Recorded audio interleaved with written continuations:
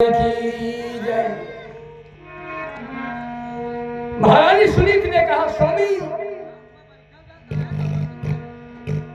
जो कायर हैं वो पकझट कर किस्मत पर दोष लगाते हैं, बातों की झड़ी लगाते हैं, करनी करते घबराते हैं।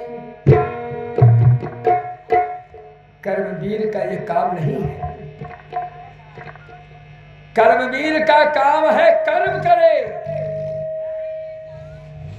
हीरा जो कर्म नहीं कर पाते, डरते ही कर्म करते, वो किस्मत को दोषी मानते। भाग्य ने साथ नहीं दिया तो ऐसा हो गया। हे स्वामी, कर्म तो करो, बार बार कर्म करो तो फल तो निश्चित है, एक न एक दिन मिलेगा। सुनीति ने कहा, स्वामी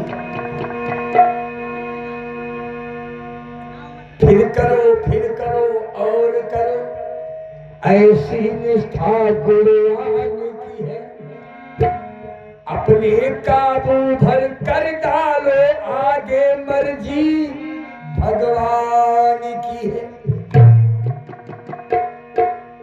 मैंने माना यह निश्चय है कि कर्म की लेख अपनी चाही करवाती है, लेकिन उपाय में वो गुण है कि सूली कांटा बन जाती है। कहा कर्म में वो गुण है कि फांसी कांटा बन जाती है। हे नाथ, अरे कर्म तो करो।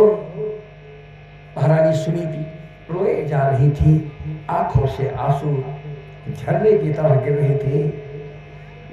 राजा उत्तानपाद ने कहा, रानी आज तुम्हें क्या हो गया? मैं बार बार कह रहा हूं, जितनी सहजता से तुम मुझे परामर्श दे रही हो, ये कहना सरल है, इसका परिणाम जब तुम्हारे सामने आएगा तो तुम्हारे पैरों के नीचे की जमीन खिसक जाएगी। कहा,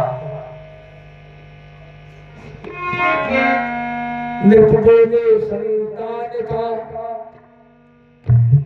नृप बोले संतान से क्यों तन रही तपाए, अपने काबू में भला है कौन सा उपाय। कहा तो सुन,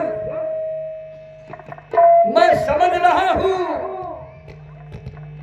तू क्या कहना चाहती है, मैं समझ रहा हूं, लेकिन मैं तेरी जुबान से स्पष्ट शब्दों में सुनना चाहता हूं कि आखिर तू कहना क्या चाहती है। पहेलियां मत बुझा, साफ शब्दों में कह कि हम क्या करें, बोल।